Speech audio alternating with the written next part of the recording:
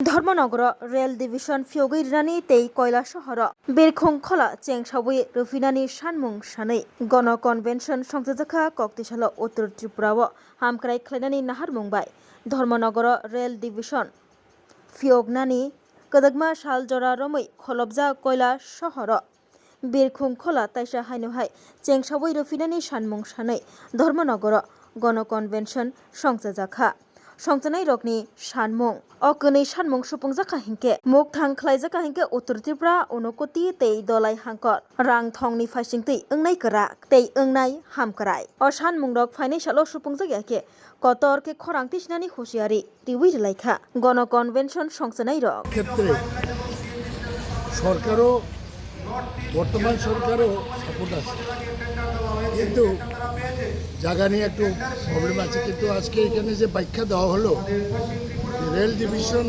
স্থাপনের জন্য available land আমাদের ধর্মনগর রেল স্টেশনে আছে 150 একরের উপরে আছে ওই শচীন সিং যখন চিফ মিনিস্টার ছিলেন তখন এই পরিমাণ জমিটা অধিগ্রহণ করেছে সেটা আগরতলা এত নাই আমরা এবার বিধানসভা তো তুলব যদি সরকার যদি এটা সাপোর্ট করে তাহলে আমরা একটা সর্বদলীয় এমএলএ টিম দিল্লি গিয়ে আমরা মেমোরেন্ডাম এবং এই আন্দোলন ধীরে ধীরে মানুষের কাছে যাবে এখানে যিনি প্রেসিডেন্ট উনি বলছেন কৈলাসহর এবং বিভিন্ন জায়গাতে এই রেল ডিভিশন এবং এয়ারপোর্ট নিয়ে জনমত সংগ্রহ বেরোবে আমরাও এই অঞ্চলে যারা এমএলএ আছে আমরাও সাপোর্ট করি। বর্তমান সময়ে বিমানবন্দর চালু হলে উত্তর ত্রিপুরা ঊনকোটি ধলাই জেলা মানুষ তো বটেই পার্শ্ববর্তী আসামে বরাক উপত্যকার লোকজন উপকৃত হবেন এবং এখানে রাধাকান্ত বাবু যে বলেছেন কত লক্ষ 20 লক্ষর মতো লোকের একটা ওখানে সুবিধা হবে এবং প্রত্যেক দিন আগরতলা এয়ারপোর্ট থেকে আমাদের এই অঞ্চলে প্রত্যেক দিন 100 থেকে 150 লোক বিমানে ত্রিপুরা বাইরে যায় এবং দেশ বিদেশেও যায় যখনই আমরা যাই এয়ারপোর্টে তখন দেখা যায় অনেক ছেলে মেয়েকে আমার প্রায় বিদেশে যাচ্ছে সুতরাং এটা অত্যন্ত জরুরি এবং এই ক্ষেত্রে আমি বলি যে বামফ্রন্ট সরকারের সময় মুখ্যমন্ত্রী মানিক সরকার মুখ্যমন্ত্রী ছিলেন সেই সময় আমি তখন দিল্লিতে doctor Manmohan Singh prime minister ছিলেন উনি 100টা এয়ারপোর্ট একদিনে স্যাংশন করেছেন 100টা এয়ারপোর্ট এর মধ্যে কৈলাসহর অন্তর্ভুক্ত ছিল এটা দেখার পরে আমি চিফ সেক্রেটারি নামটা ভুলে গেছি ওনাকে আমি ফোন করলাম এই যে চিফ সেক্রেটারি সাহেব এই যে 100টা এই ব্যাপার আপনাকে পাঠাই তো আমি পেয়েছি তাহলে কৈলাসহরে বিমানবন্দরের কাজ শুরু হয় না কেন আপনি কি সাহায্য করবেন আমি এক পায়ে দাঁড়িয়ে আছি তখন আবার মমতা ব্যানার্জির নন্দীগ্রামে একটা আন্দোলন চলছে ভাবছিল জমি অধিগ্রহণ ইত্যাদি হলে আমি বাধা দিতে পারি আমি এক পায়ে দাঁড়িয়ে আছি তো উনি বলেন তাহলে চিফ মিনিস্টারের প্রোগ্রাম করে নিই আমরা আজকে ঠিক করব আমি ফুল কোঅপারেট করব চিফ মিনিস্টার মানিক সরকারের প্রোগ্রাম হলো মিটিং হলো সার্কে রোজ এবং এয়ারপোর্টের পতাকা টাঙানো হলো কোন দিকে কী হবে পুরা টিম এসে এরপরে তো যেখানে যেখানে পতাকা পড়েছে মানুষরা একটু চিন্তায় পড়েছে অনেকে বাড়িঘর সেখানে উচ্ছেদ হয়ে যাবে তো আমি দফায় দফায় মিটিং করি সবাইকে রাজি করা একটা গ্রাম আছে জিতুর দিঘির পাড় ওরা মণিপুরি গ্রাম একটা বাড়ি থাকবে না সব উচ্ছেদ হবে ওইখানে আমার জন্য আমি তাদের থেকে বুঝালাম যে আপনারা তো মূল্য পাবেন 3 গুণ সেটা হেন কিন্তু কোন কারণে জানি না এটা বন্ধ হয়ে গেল কারণ হলো ওই যে বলছেন আপনি কেন্দ্র সরকারের একটা ডিসিশন আছে এখনো যে জমি দিতে হবে রাজ্য সরকার এয়ারপোর্ট তৈরি করে দেবে কেন্দ্র সরকার এই যে 100টা বিমানবন্দর স্যাংশন হলো একদিনের অর্ডারে 99টা কমপ্লিট হয়ে গেছে ভারতবর্ষে অ্যাকসেপ্ট কৈলাসহরটা হয় নতুন সরকার আসলো বিজেপি অ্যাসেম্বলিতে অনেকবার তুললাম ব্যক্তিগতভাবে মিললাম বর্তমান ট্রান্সপোর্ট মিনিস্টার সুশান্ত চৌধুরী খুবই ইন্টারেস্টেড উনি প্রচুর চেষ্টা করেছেন ওনার সীমিত ক্ষমতার মধ্যে এবং ছোট্ট এক ক্রেপ নামার কথা বারে বারে কেন্দ্র সরকারের এয়ারপোর্ট অথরিটির লোকজন চলে যাচ্ছে, দেখে যায়। এরপরে পরবর্তী সময়ে একটা হাই পাওয়ার কমিটি মনে হয় ওরা এসছে, বলছে যে না, ছোটো এয়ারক্রাফট আমরা চালাবো না, বলে আমরা বড় এয়ারক্রাফট করবো। কিন্তু প্রশ্ন হলো জমি দিতে হবে রাজ্য সরকার, যেহেতু কেন্দ্র সরকারে এই ডিসিশন কিন্তু চেঞ্জ করে নাই। জমি দিবে রাজ্য সরকার এবং এয়ারপোর্ট করে দেবে কেন্দ্র সরকার। সেই কারণে দেখা যায় মুখ্যমন্ত্রীর সঙ্গে আমি কথা বললাম, বর্তমান মুখ্যমন্ত্রী মানিক শাহ মহোদয়ের সঙ্গে। ওনাকে বললাম এয়ারপোর্ট নিয়ে আপনার চিন্তাধারা কী? হোক না, কি আছে, এরা তো ছোটো এয়ারক্রাফটে রাজি না, আমরা বড় এয়ারক্রাফট করেন, দেখা যাক। আমি বলেছি আরে দেখা যাক বলে তো হবে না, আপনার জমি তো দিতে হবে।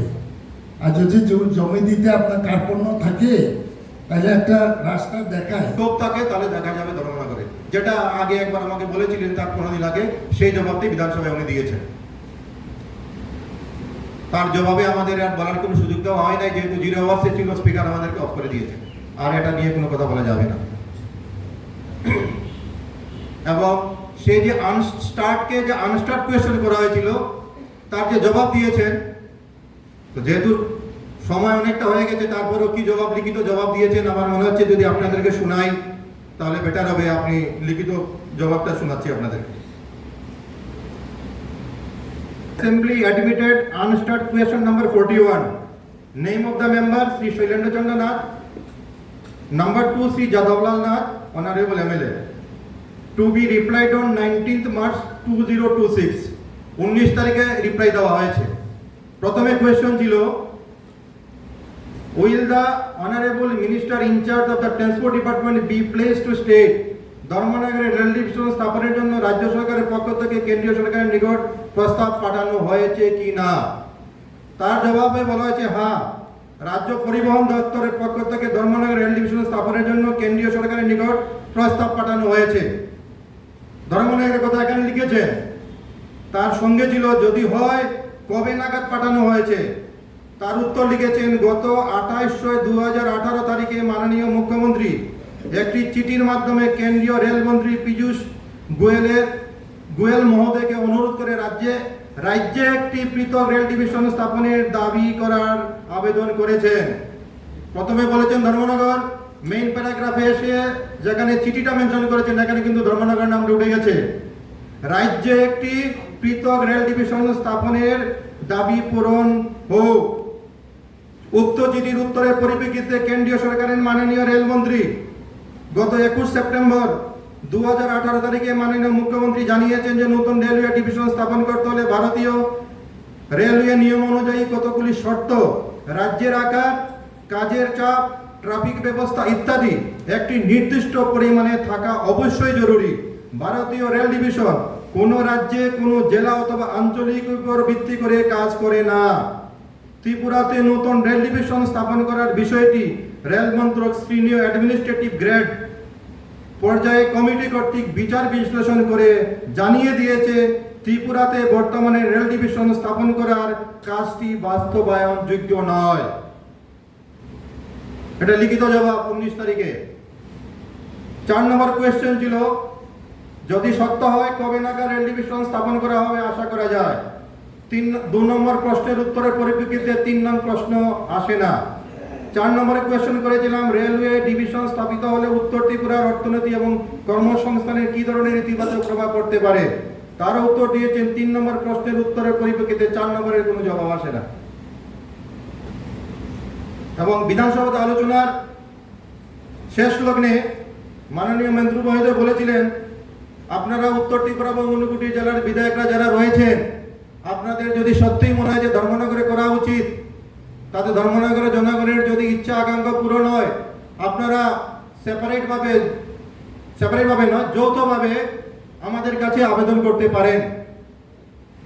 সেটা আমি ধর্মনগর রেল ডিভিশনের যারা রয়েছেন আন্দোলন কমিটিতে রয়েছেন তাদের সঙ্গে আলোচনা ক্রমে যৌথভাবে ত্রিপুরা গভর্নমেন্টকে এবং সেন্ট্রাল রেলওয়ে মিনিস্টারকে দেওয়ার জন্য একটা উদ্যোগ নিয়েছিলাম। আমি ব্যক্তিগতভাবে নিয়েছিলাম তাদের সঙ্গে যোগাযোগ করে। আমার সঙ্গে কথা হয়েছে বিজেপি বিধায়কদের সঙ্গে, আমার সঙ্গে কথা হয়েছে মথার বিধায়কের সঙ্গে, কথা হয়েছে সিনিয়র কংগ্রেসের যিনি বিধায়ক তিনি মঞ্চে বসে রয়েছে, ওনার সঙ্গে কথা হয়েছে। উনি সঙ্গে সঙ্গে বলেছেন চিঠি রেডি করো, আমি চিঠি সাইন করব এবং প্রয়োজনে আমরা দিল্লিতে গিয়ে আন্দোলন করব। মদার বিধায়কও পজিটিভ রিপ্লাই করেছেন, উনি আমাদের ফর্মে সাইন করেছেন। আমি যোগাযোগ করেছি আমাদের ধর্মনগরে যিনি যে বিধায়ক রয়েছেন, দুজন ধর্মনগর সাব ডিভিশনে, একজন পানিসাগরে, তাদের সঙ্গে যোগাযোগ করেছি যাতে যৌথভাবে যদি আমরা দেই সেটা আন্দোলনের মাত্রাটা বেশি হবে, সেটা এফেক্টিভ হবে। আপনারাও যৌথভাবে আমাদের সঙ্গে সাইন করুন। ওনারা যৌথভাবে সাইন করতে রাজি হননি, বলেছেন আমরা সেপারেটলি আমাদের আবেদন আমরা পাঠাবো। জানি না ওনারা পাঠিয়েছেন কিনা পাঠাননি। সেটা হচ্ছে আমাদের স্টেট গভর্নমেন্টের এবং